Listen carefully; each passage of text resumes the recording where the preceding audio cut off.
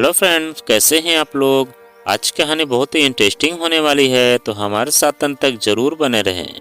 और आज की कहानी है कठपुतली। रोहित और राधा एक ही ऑफिस में दोनों सहकर्मी हैं, तो कभी न कभी नजरें मिल जाती और बातें भी होती। रोहित की नज़र में न जाने क्या है कि जब भी राधा उसे देखती मन खिंचा चला जाता, परंतु वह स्वयं को इस खिंचाव से दूर ही रखना चाहती है। कई बार उसका दिल धड़क कर कहता है, राधा तू अब जवान हो गई है, क्या तुझे किसी से प्यार करने का मन नहीं करता? क्या रोहित की नज़रों से तुझे लगता नहीं कि वह तुझे बहुत चाहता है? फिर क्यों उससे दूर खिंची खिंची सी रहती है? कह दे अपने दिल की बात, एक दिन उससे या फिर उसके दिल की बातें सुन ले। किसी से प्रेम करना क्या होता है, जिंदगी कितनी हसीन लगने लगती है, उस पल को भी जी कर देख ले। कब तक यूं ही अकेली जिंदगी की परेशानियों से जूझती रहेगी? एक साथी बनाकर देख ले। परेशानियां कितनी कम और कितनी हल्की लगने लगती हैं। असलियत के धरातल पर आते ही राधा अपने खोल में सिमट कर रह जाती है। जैसे कछुआ जरा सी आहट पाते ही अपनी सुरक्षा के लिए अपने खोल में छिप जाता है। राधा की तुलना कछुए से करें तो कोई अतिशयोक्ति या उसके साथ अन्याय नहीं होगा। यह नैसर्गिक है कि दो जवां दिल मिल जाएं तो आकर्षण लाजमी है। इस आकर्षण से ही तो राधा सदैव भागती रहती है। पर क्या कोई भागकर इस सत्य से बच सकता है? पर यह आश्चर्य की बात है कि राधा अब तक बचती आ रही है। वह अपने आप बुदबुदाने लगती है, नहीं नहीं, मुझे इन सब झंझटों से दूर रहना पड़ेगा। मैं स्वयं को किसी जोखिम में नहीं डाल सकती। अपनी जिंदगी के बारे में खुलकर किसी को कुछ नहीं बताना चाहती। मेरी जिंदगी में जो है वह सब मेरा अपना है। अपनी परेशानियां किसी और पर क्यों ला दूं? मेरी जिंदगी जैसी भी है, मैं उसी से बहुत खुश हूँ। फिर अपने कार्य में मन लगाने का पूरा प्रयास करती, परंतु खुशी की परिभाषा शायद उसे अभी तक ज्ञात नहीं हुआ।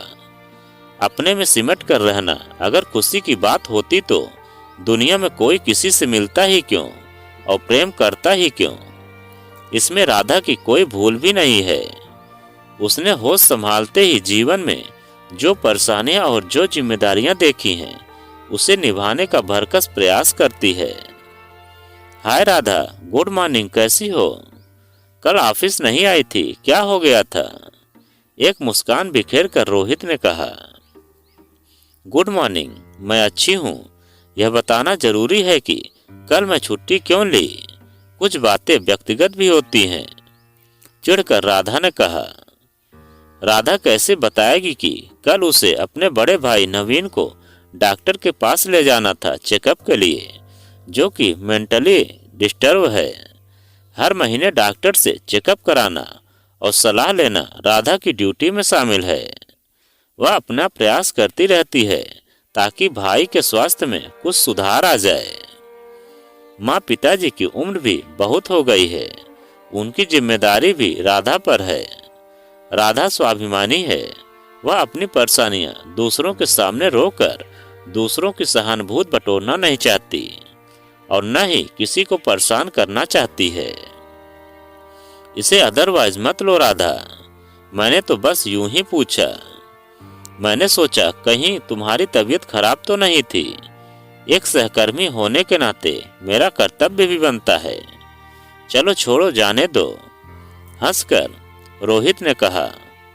नहीं, मैं अंदरवाइज नहीं ली। सारी मैंने अपनी झल्लाहट तुम पर निकाल दी। कोई बात नहीं, अगर मन में कोई बात हो तो मुझे दोस्त समझकर शेयर कर सकती हो। मैं अपने एक पांव से लाचार अर्थात हैंडीकैप्ड जरूर हूँ, परंतु दिल तो मेरा स्वस्थ है ना। किसी की परेशानी बांटने लायक है, मुस्कुराकर कहा रोहित ने। रोहित को मुस्कुराते हुए देखकर राधा सोचने लगी, ये मोहित न जाने किस मिट्टी का बना है। एक पांव से लाचार होने के बावजूद हमेशा मुस्कुराता रहता है और सबसे मुस्कुराकर बातें करता है। कभी उसके चेहरे पर कोई सिकन ही नहीं रहती और न ही कभी कोई काम से वह पीछे हटता है। उसके कार्य और व्यवहार कुशलता से ऑफिस के लोग और मैनेजर स्वयं बहुत खुश हैं।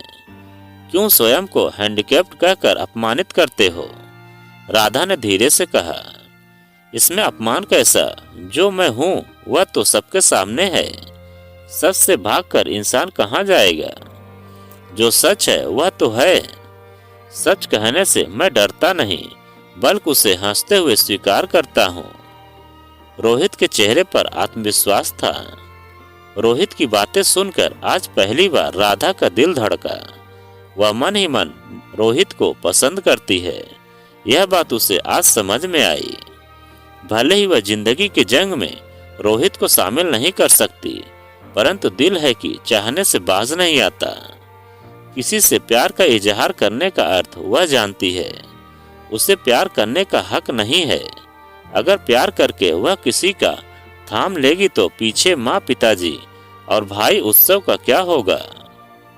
उनका देखभाल कौन करेगा? उनको इस हाल में छोड़कर वह जा नहीं सकती। वह इतनी स्वार्थी नहीं है। आज रोहित की बातों ने राधा को हिला कर रख दिया। रोहित ने कितनी आसानी से अपना सच कह दिया और स्वीकार कर लिया, परंतु मैं क्यों अपना सच छुपाए फिरती हूँ? सच तो है कि यही कहा रोहित ने, मैं अगर सच छुपाऊंगी तो कब तक? कभी न कभी तो सबके सामने आ ही जाएगा सच। फिर क्या करूंगी मैं? मुझे भी अपना सच रोहित से बता देना चाहिए। पर क्यों? मैं अपने बारे में बताकर उसकी सहानुभूति बटोरना क्यों चाहती हूँ? स्वाभिमान आकर सामने खड़ा हो जाता है। नहीं नहीं, मैं अपने बारे में किसी को कुछ नहीं बताऊंगी। नहीं चाहिए मुझे किसी की सहानुभूति। सच जब सामने आएगा तब देखा जाएगा। आज होली है, आज के ही दिन, हाँ आज के ही दिन राधा का जन्म हुआ था। आज राधा 31 साल की हो गई है। उसका मन चाहता है होली के रंग में रंगना। उसका चमन चाहता है कि उसके गुलाबी गालों पर रोहित आकर गुलाबी गुलाल लगा दे और कहे, बुरा न मानो राधा, होली है। यह मन भी बड़ा चंचल है, न जाने कैसे कैसे सपने बुनता है। उसके माँ पिताजी को इस बात की चिंता खाए जा रही है कि कैसे राधा के साथ हाथ पीले किए जाएं। उनका दिल इस दुख से इतना बोझिल है कि होली के रंग उनके दिलों को गुलाबी रंगों से रंग नहीं पा रहे हैं। इसी ख्याल ने उसके मन को उद्वेलित कर रखा है कि राधा के हाथों में पीला रंग ही रंग जाए। होली के रंगों की बात बाद में सोचेंगे। आखिर कब तक उसे जिम्मेदारियों के बोझ तले दबाकर घर में बैठा कर रखेंगे? उसकी भी अपनी जिंदगी है, उसके भी अभी तो सपने हैं। वह भी तो खुश होकर, आजाद होकर जीना चाहती होगी। जिम्मेदारियों को बोझ तले जाने उसकी हंसी और उसकी खुशी कहाँ हो गई है। बहुत ढूंढने के पश्चात आखिर एक लड़का मिला जो खाते पीते घर का लड़का है, अपने पापा का बिजनेस संभालता है। राधा तो शादी के लिए बिल्कुल तैयार नहीं थी, परंतु माँ पिताजी के जोर डालने पर मन मारकर तैयारी शादी का मंडप सजा था। राधा दुल्हन के रूप में बैठी थी। पंडित जी शादी के रस्म निभा रहे थे।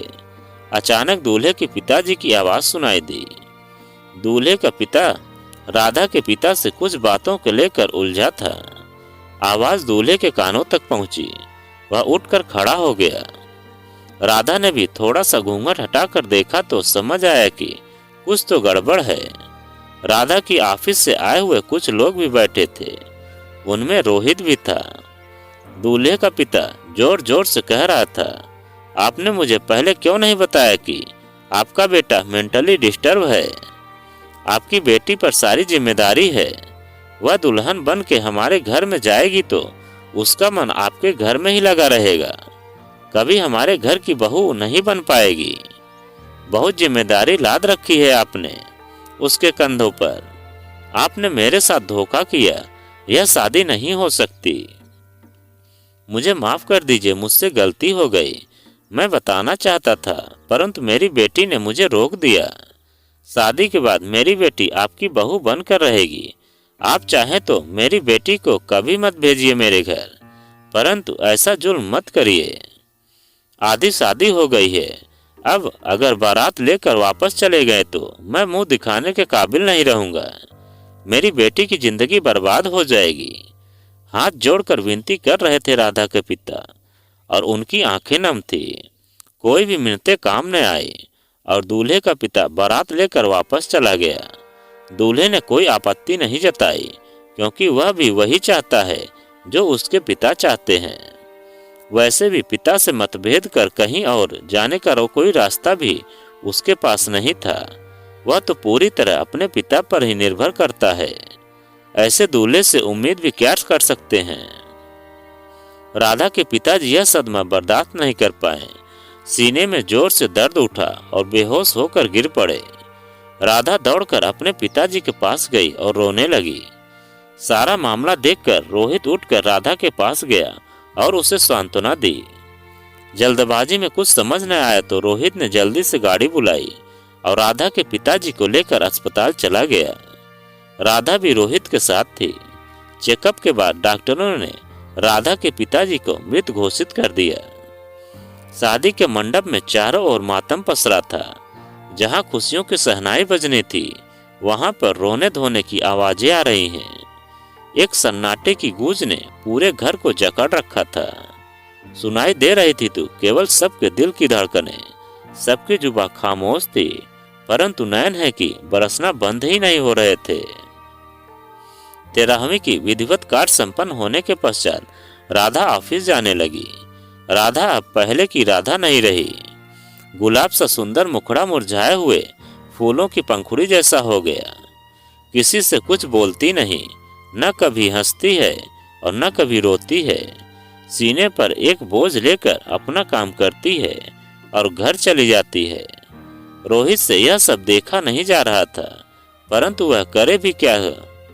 राधा से बात करने की हिम्मत ही नहीं जुटा पा रहा था वह। पानी जब सर से ऊपर जाने लगा तो एक दिन मौका देखकर उसने हिम्मत कर ही डाली। राधा, इस तरह से जिंदगी कैसे जियोगी? तुम्हें तो हंसना बोलना ही छोड़ दिया। जीवन ऐसे जिया नहीं जाता है।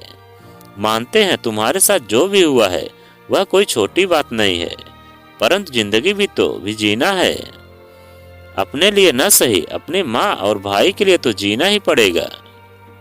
अगर तुम इस तरह हार जाओगी तो उनका देखभाल कौन करेगा? तुम ही तो एकमात्र सहारा हो उन दोनों का। उठो, जिंदगी को नए सिरे से जीना प्रारंभ करो। रोहित की प्यार भरी बातें सुनकर राधा के मन में दबा आंसुओं का सैलाब आज नहीं रुका। बहुत समय से बहने का प्रयास कर रहा था, जो आज वह बह निकला। तो मैं क्या करूं रोहित, मैं थक गई हूँ। सब कुछ झेलते झेलते किसी के सामने कभी नहीं रोई, न किसी को अपना दर्द बताया। परंतु उस दिन सबके सामने जिस तरह मेरे पिताजी का अपमान हुआ, उसे मैं भुला नहीं पा रही हूँ। बहुत मुश्किल से शादी के लिए तैयार हुई थी, वह मुझे रास नहीं आई। मैं इसी बात से तो डरती थी। यह समाज इतना उदार नहीं है, इसलिए मैंने सारी बातें छुपाई। अगर उनको पता चलता कि मेरा भाई मेरी जिम्मेदारी है तो शादी के लिए कभी तैयार नहीं होते। भाभी जी को मैंने बहुत समझाया था, परंतु उन्होंने मेरी बात नहीं मानी और यह दुर्घटना हो गई। कभी कभी लगता है मैं एक कठपुतली हूँ। समाज के नियमों और कर्तव्यों की डोर से मैं बंधी हुई हूँ। जब जैसा चाहो डोर को घुमाकर नचा लो, मैं नाचती रहूंगी। जैसे मेरे अंदर कोई प्राण नहीं है, भावना नहीं, कोई सपने नहीं है। डबडबाई आंखों से रोहित की ओर राधा ने देखा। तुम्हारे माँ पिताजी ने तुम्हारे लिए प्रयास तो किया है राधा, इसमें वे सफल नहीं हुए तो इसमें उनका क्या दोष? दोष हमारे समाज की मानसिक विकृति का है। अपने आंसू पोछो राधा, नहीं तो तुम्हारे पापा की आत्मा को शांति नहीं मिलेगी। तुम कठपुतली नहीं, बहुत हिम्मत वाली लड़की हो। आंसू तुम्हारे आंखों में अच्छे नहीं लगते। मुझे पहले से ही अंदेशा था कुछ, परंतु मैं सारी बातें नहीं जानता था। सारी बातें जानकर तुम्हारे प्रति मेरी श्रद्धा और बढ़ गई। तुम्हारी जैसी कम लड़कियां मिलती हैं जमाने में। हिम्मत देते हुए रोहित ने कहा। मुझ में अब उठने की हिम्मत नहीं है रोहित। अगर माँ और भाई की चिंता नहीं होती तो शायद मैं अब तक जिंदा नहीं होती। पिताजी के साथ साथ मैं भी उनके पास चली गई होती। अकेली बहुत थक गई हूँ। अश्रुपूरित आंखें लिए राधा ने कहा, अगर तुम्हें कोई एतराज ना हो तो मैं हाथ बढ़ा सकता हूँ राधा। रोहित उत्तर की प्रतीक्षा करने लगा। तुम्हारी बातों का मतलब मैं नहीं समझी। क्या कहना चाहते हो, स्पष्ट कहो न। यही कि मेरा हाथ थामना चाहोगी? कहने से डरता क्योंकि तुम्हें पसंद नहीं करती। कहीं तुम्हारे दिल को ठेस पहुंचे तो कोई बात मैं कहना नहीं चाहता। ऐसा नहीं है रोहित, मैं तुम्हें बहुत पसंद करती थी परंतु डरती थी कहने में। मेरा एक गलत कदम मेरे परिवार के लिए सर्वनाश का कारण बनता। तुमने देखा नहीं, एक गलत कदम के कारण आज मेरे पिताजी नहीं रहे। पिताजी के बिना इस भरी दुनिया में मैं अकेली बहुत थक गई हूँ। जब तक उनका हाथ मेरे सर पर था बहुत शक्ति थी मेरे मन में, विश्वास था स्वयं पर। वह विश्वास जैसे टूटता जा रहा है, साथ साथ हिम्मत भी टूटती जा रही है। क्या करूं, क्या नहीं करूं, कुछ समझ में नहीं आता। राधा की आंखों की कोरे भीगने लगी। मुझे लगा था मुझ जैसे को कोई लड़की कभी पसंद नहीं करेगी, मेरा हाथ कोई थामना नहीं चाहेगी, सो मैंने भी कभी स्पष्ट रूप से कुछ नहीं कहा। यूं कह सकते हो कि कभी दिल की बातें तुम्हारे सामने कहने की हिम्मत नहीं हुई। वैसे तुम मेरे मन की बात मेरी आंखों में पड़ सकती थी, परंतु तुमने कभी प्रयास नहीं किया। तुम्हारे जैसा इंसान का साथ किस्मत वालों को ही मिलता है रोहित। जिसको भी तुम्हारा साथ मिलेगा वह जीना सीख जाएगा, चाहे वह लड़की हो या लड़का। तो हाथ पकड़ो और उठो, जिंदगी तुम्हें पुकार रही है। अब और देर न करो, जिंदगी को नए सिरे से शुरू करते हैं। आज से तुम्हारे परिवार की जिम्मेदारी मेरी है और मेरी जिम्मेदारी तुम्हारी। मुस्कुराते हुए हाथ बढ़ाकर रोहित ने कहा तो राधा ने भी एक उजली हंसी बिखेर कर उसका हाथ पकड़कर उठ खड़ी हुई। आज उसके चेहरे पर आत्मविश्वास की किरणें फैली हुई थी और उसकी आभा में उसका चेहरा दमक उठा था। ऐसा लग रहा था जैसे राधा के चेहरे को होली के रंगों ने रंग कर गुलाबी कर दिया। थैंक यू राधा, मन ही मन कहकर रोहित मुस्कुरा पड़ा। तो दोस्तों, यह कहानी आपको कैसी लगी कमेंट में लिखकर हमें ज़रूर बताएं। और आप अगर हमारे चैनल पर नए हैं तो प्लीज़ चैनल को सब्सक्राइब करें और वीडियो को एक लाइक ज़रूर करें।